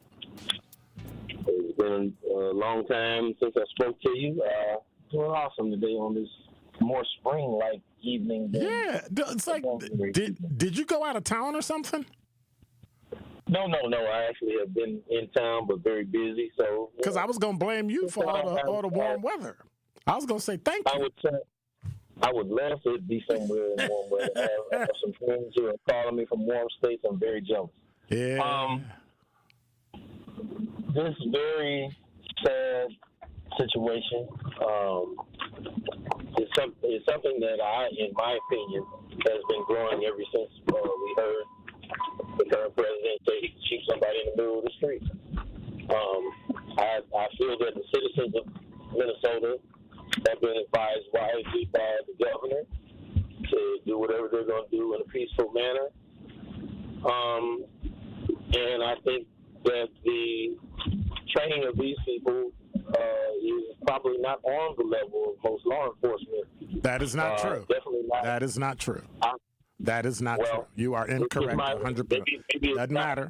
You have no idea what you're talking about. You are 100% incorrect. This incident makes me believe that if they were trained properly, they chose to ignore it because there are two reasons. So tell me what you would have done. Then. Okay, so I would verify because ICE training does require that if you're shooting somebody, they have a weapon, which we've not heard. That's called a car. But we did called a car. So you're incorrect. That's one. Go ahead. Well, a car is only a weapon if it's driving towards you. Don't right? get to say not true. Not true. You don't know what you're talking about. Go to the next. No, I'm asking you if I'm not going to get into it until you're done. It's a weapon, right? I'm going to wait until you're done. As a lawman. Finish. As a lawman, if you're in front of the car, it's a weapon, right? I'm waiting on you to go to number 2. I didn't hear what you said. I didn't answer your question because I said I want you to finish. Okay, so as far as I know, and as far as ICE agents that I've listened to, they say if you're not in front of a car, then it is not a weapon. And the individual who shot her also denied her medical attention by a physician who was on site. So these two things stand out to me, and in my opinion, all of this is, including the other things that are going on with this administration, is a diversion from his possible prosecution if he is, in fact, and I'm saying if, involved in what his best friend did to 1,000 victims that are now speaking out. And martial law will prevent that. So that's where I say the advice from the governor is what everybody should take. So when your answer to your question, if somebody identifies themselves, which there is an ICE agent who said none of these guys identified themselves as law enforcement, they walked up to her car. I guess I'd have to ask the question: if a strange person with a mask and a badge that's covered up walks up to your car, do you just open your door and go with them? Okay. Anything else? I just want to know: would you go away with a strange person who has a badge covered up and does not identify themselves or the agency they work with? Okay. Because that's what's happening. Okay. So first of all,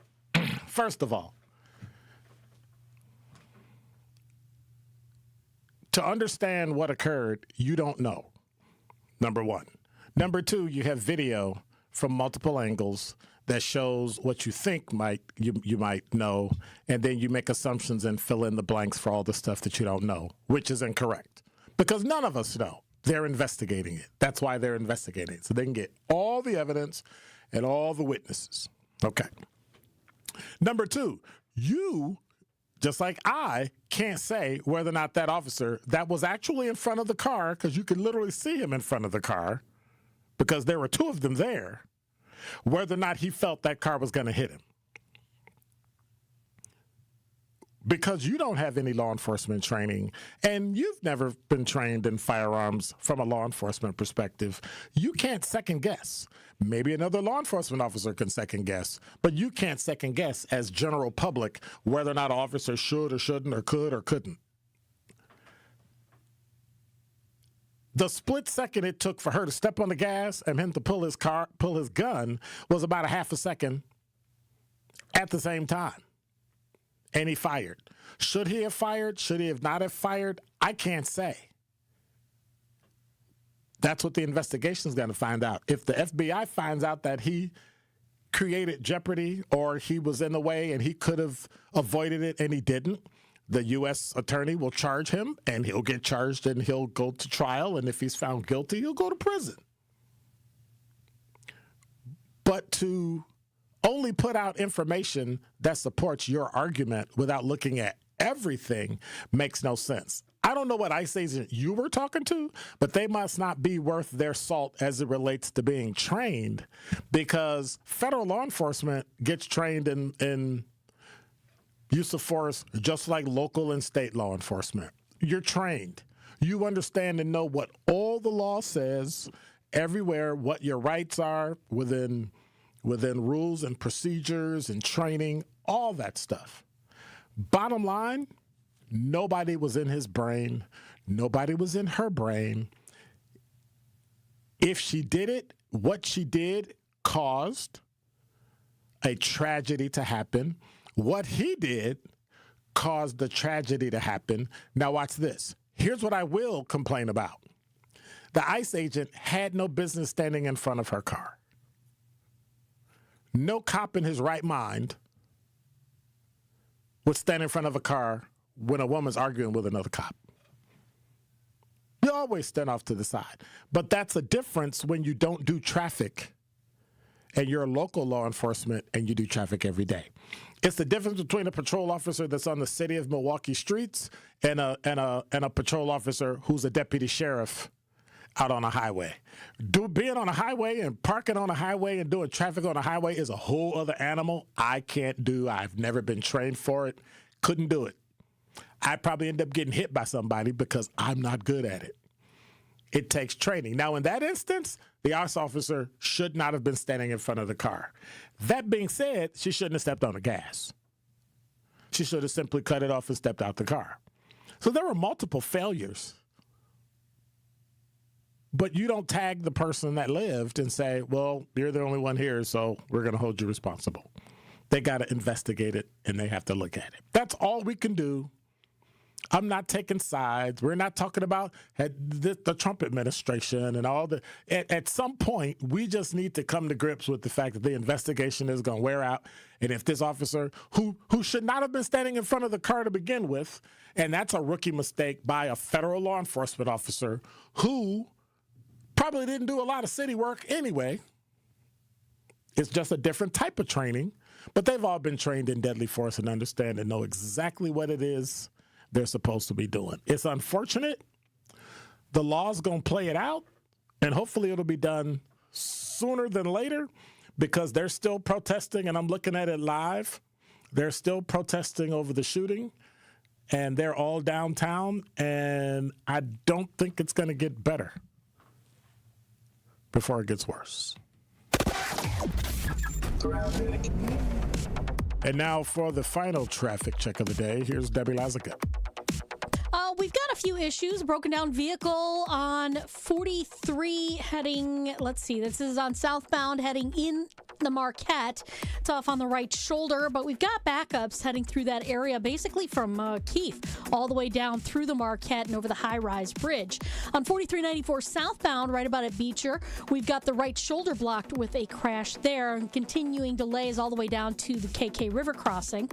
We've got westbound on 894 out of the Mitchell interchange, a slow ride all the way to 68th Street. We've got a crash as well on 4394 northbound, right as you're getting in through the Plainfield curve. The right lane is blocked, so that is going to be tying things up.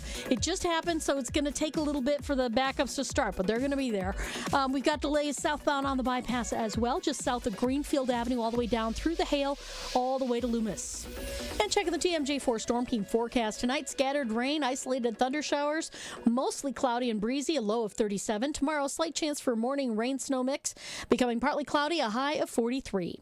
From the WTMJ Traffic Center, I'm Debbie Laziga on 101.7 The Truth.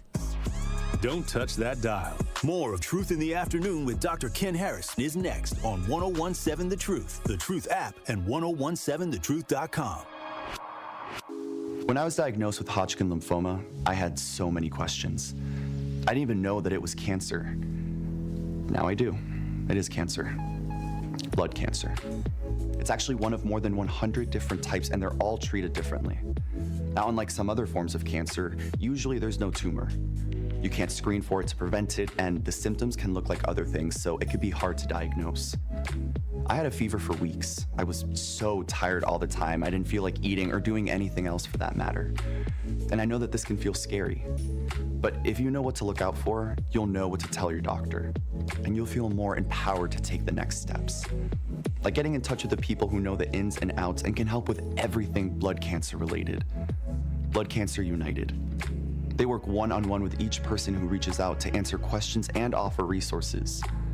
Blood Cancer United was there for me, and they can be there for you. Go to bloodcancerunited.org to learn more. Hey there, Jane Lynch here. You want to hear something funny? Too bad. You want to hear something uplifting that will inspire you? Good, because today I want to talk to you about Direct Relief, a humanitarian organization that does seriously good work when it counts. Fires, hurricanes, earthquakes. When disaster strikes, Direct Relief immediately shows up with medicines, medical supplies, and everything doctors and nurses need to save lives.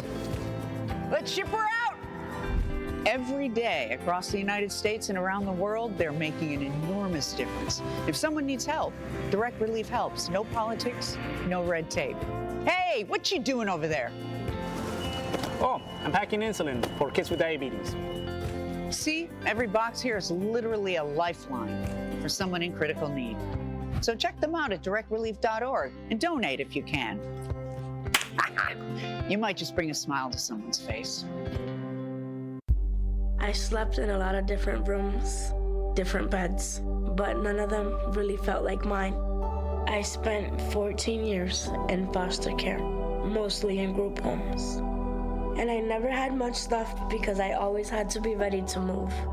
Why get things if you just have to let them go? There are more than 100,000 children in foster care waiting to be adopted. The Dave Thomas Foundation for Adoption is working to help find them a forever family and a permanent home of their own. Now I have my own room with walls that tell my story. I love hanging out in here. I play dress up with my sisters and I sing and make videos. But the best part, knowing I'll always have a place to go and a family that loves and supports me. If you have room in your home or your heart, see how you can help at davethomasfoundation.org. This Associated Bank Sports Center update on 1017 The Truth is powered by ESPN Milwaukee. I'm Andrew Zimmel. Wednesday night, the Milwaukee Bucks came up just short against the Golden State Warriors, losing on the road 120-113. Giannis Antetokounmpo led all scorers with 34 points, with all the Bucks starters reaching double figures. The Bucks face off against the Los Angeles Lakers on Friday night on the road. And last night, the Marquette Golden Eagles were able to hold on against Xavier, winning 66-65 at home. Next up for Marquette is a showdown against Villanova at home on Saturday. The Miami Dolphins have fired head coach Mike McDaniel after a 7-10 season. McDaniel had a 35-33 record with the Dolphins. His firing makes 8 new head coaching openings around the NFL. And tonight, the 10-seeded Miami Hurricanes take on the 6-seeded Ole Miss Rebels in the Fiesta Bowl of the semifinals of the college football playoffs. Kickoff is at 6:30 p.m. This True Sports Update was brought to you by Associated Bank, proudly supporting your hometown teams. Member FDIC. This is Truth in the Afternoon with Dr. Ken Harris on 1017 The Truth app, and 1017thetruth.com.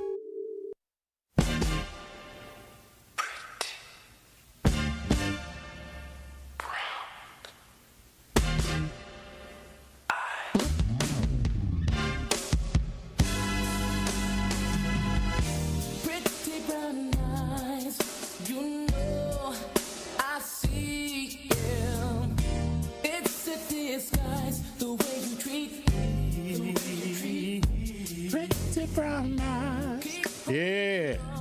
833-212-1017 is the number. That's my cut. Right there. I don't like Zach no more. He always turn off my happy music. I would be cutting off my happy music. 833-212-1017 is the number. Let me go back through here. Let me see what y'all talking about, because y'all was tripping last time. Miss Smith was hollering at me and beating me up and shoving me around. I'm kidding. Shoving me around. Let me see.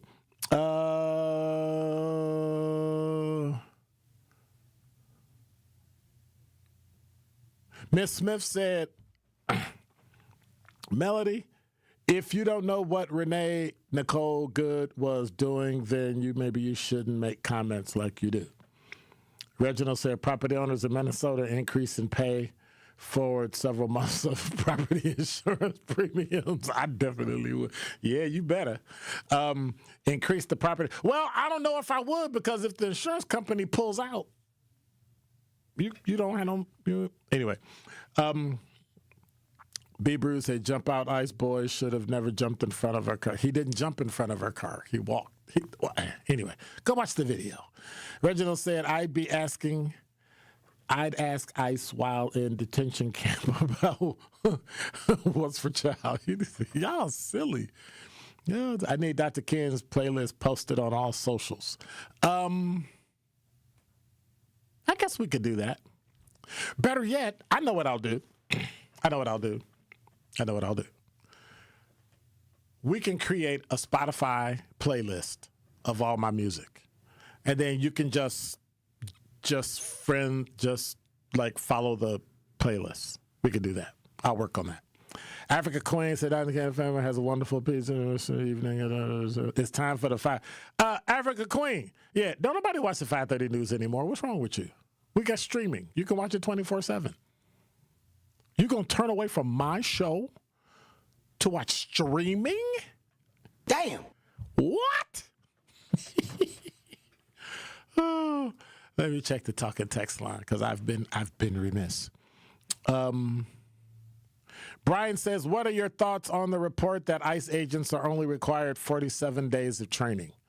47 divided by 5 is called 8 weeks. So 8 weeks of training depends. So here's the deal. It depends on where the ICE agent came from. Did they transfer over from DEA? Did they transfer over from, you understand what I'm saying? Number one. Number two, you don't stop training once you come in.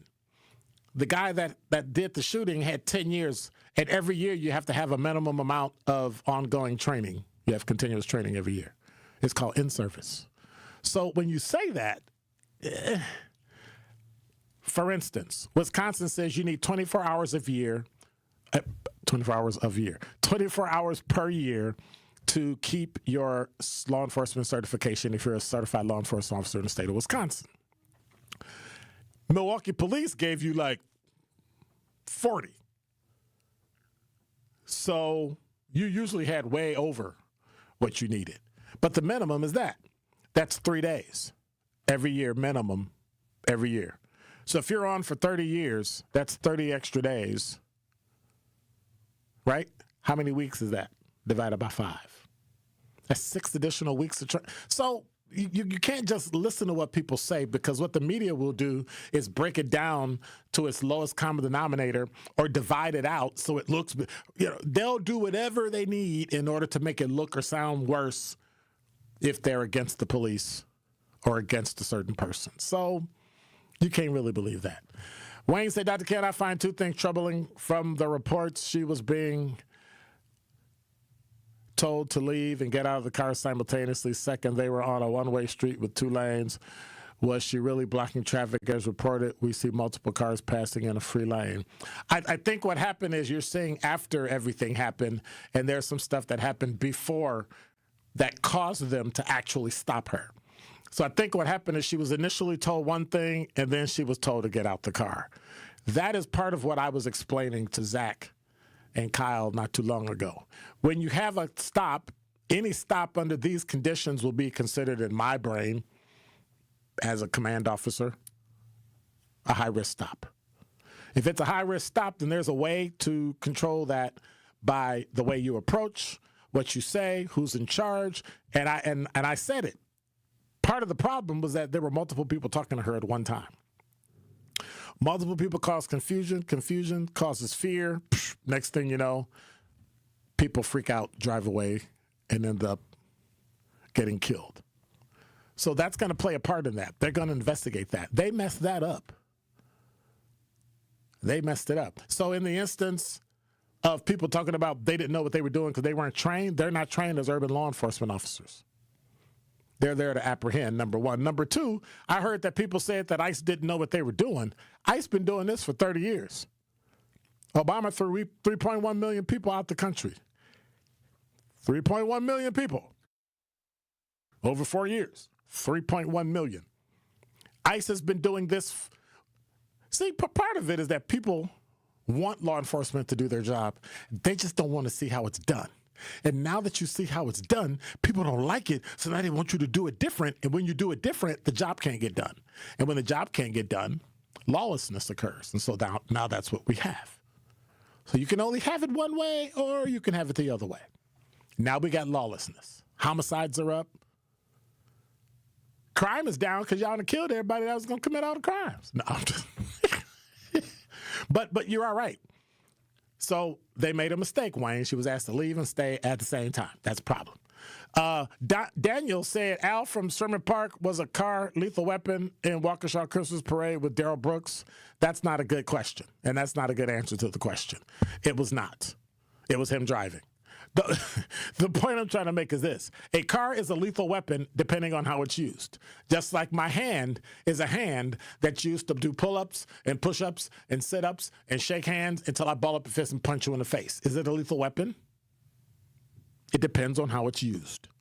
Just like an ink pen, a pen, it could be anything. ICE officer could not tell which way she was going to turn at that crucial moment. She couldn't. He couldn't. All I know is, watch this. If the car start moving and I can't get out the way, I know what I'm trying to do. It's not organized insurrection. Come on. Sad, but bonkers. Cop in the back seat. Wasn't that dumb? Wasn't that dumb? I couldn't go anywhere. So well, first of all, you mispositioned yourself. Vehicle contacts. All you got to do is close the door. I'm just saying. But I wasn't there, so I don't know. And again, that's one of those things that happens so fast, and you only have a split second to make a decision, and you make the best decision for yourself. And that's all he did. Let me see. Player May said most of those ICE agents aren't trained for those types of situations. Nah, depends. It's unfortunate that it happened. That's true. And I don't think taking lethal force was necessary. You wouldn't because you weren't there and I wasn't there, so I don't know if it was or not. And the officer shouldn't have been in front of the car. True. Also, these agents don't have the right to stop citizens, especially based solely so them big. He didn't stop him from being Hispanic. He stopped him because she drove through. Come on now, stop. And actually, you do have a right to stop citizens based on them showing you that they are in fact citizens. They have a constitutional right to do that. Like as a immigration and customs enforcement officer, you can stop a person if you do not believe that that person is a citizen, and they have to show you identification and documents to show that they are a citizen. They do have a right to do that. I'm just saying. And I'm not trying to be funny, but if I'm a person of color and I'm working for ICE, I'm stopping every white person I see. You know why? Because there's some people from Russia and Germany and Yugoslavia and all these other places that aren't citizens and don't belong here, and they've been thrown out. See, y'all doing to Hispanic people the same thing we do to black people. Whenever we talk about Planned Parenthood, whenever we talk about crime, whenever we talk about poor, whenever we talk about we need to do this, people are hungry. They show a picture of a black person. You can't vote, black people. Now when we talk about immigration, they show Hispanic people. You know how many Hispanic people were born here? It just doesn't make any sense. And it's almost an insult. And as a cop, I can't agree with you. As a former cop, I can't agree with you, Zach. Like, you can't just like pull over white people and you can't do that. You can't do that. You can't do that. You can't do that. They say they aren't going up to immigrants that look white. That's literally profiling, and it's illegal. It's not. Sorry to tell you, but it's not. From the biggest plays on the court to the comments made in the locker room after. An in-depth recap of every Bucks game. In 6 minutes. No more, no less. Bucks in 6 on the Bucks Plus audio network. If you missed any of the game or just want to relive the biggest moments, Bucks in 6 provides game recaps every morning after. Hear the high-flying dunks from Giannis or the deep threes from Miles Turner. And catch the comments post-game about what happened on the court. Bucks in 6 on the Bucks Plus audio network. Find it now on bucks.com/plus or on Spotify, Apple, or wherever you get your podcasts. Natural gas is a clean, reliable, and convenient source of energy delivered directly to you through underground pipelines. The pipeline system has an excellent safety record, but there are clues that can help you identify a potential hazard. If you smell the strong odor of rotten eggs, hear an unusual hissing sound, or see blowing dirt or debris, it could be a natural gas leak. Leave the area immediately and call We Energies at 800-261-5325. We Energies. People you can trust. Energy you can depend on. Life's better with Drive My Way from American Family Insurance because we know it's more than just a car. It's your escape pod, your adventure mobile, your memory maker. And we help protect the dreams that drive you. Personalize what you pay for auto insurance and you could save between 10 and 35%. American Family Insurance. Get a quote and find an agent at amfam.com. Products, pricing, and availability vary based on the way you purchase insurance and by state. Unsafe driving behaviors may increase your rate. American Family Mutual Insurance Company, SI, and its operating companies, 6000 American Parkway, Madison, Wisconsin. People don't realize that glaucoma is one of the leading causes of blindness. Because there are often no early symptoms, nearly half of those with glaucoma may not even know they have it until vision loss has occurred. I was diagnosed with normal tension glaucoma in July of 2020. And what we found out at that point was I had already lost 40% of my sight. And you think it only affects people that are, 75 or older, retired, grandparents, and that's not the reality of it. I didn't think at all glaucoma was going to affect me because I didn't know of anyone that had glaucoma, no one in my family. When you have glaucoma, you can't get back that sight that you lost. And so early detection and treatment is vitally, vitally important. Don't miss life's most beautiful moments. Schedule an eye exam today. National Glaucoma Research, a Bright Focus Foundation program, offers free resources and tips for healthy vision. Learn how to protect your sight at stopglaucoma.org. After a serious accident, you'll need a winning team to protect your rights. Trust Wisconsin's own Gruber Law Offices, proud partner of your Milwaukee Bucks. If you've been injured, call Gruber Law Offices. One call, that's all. When you're high, you feel different. Pretty obvious, right? You think different, talk different, but if you feel different, you drive different. So if you're high, just don't drive. Brought to you by NHTSA and the Ad Council. This is Truth in the Afternoon with Dr. Ken Harris on 1017 The Truth app, and 1017thetruth.com. So, Ms. Smith asked the question, I read ICE hired more than 12,000 new agents in less than a year. I really wonder what kind of background checks were done. Well, let me tell you. In order to be a law enforcement officer, and let me use federal. To be a federal officer, it takes anywhere between 4 and 52 weeks to become one.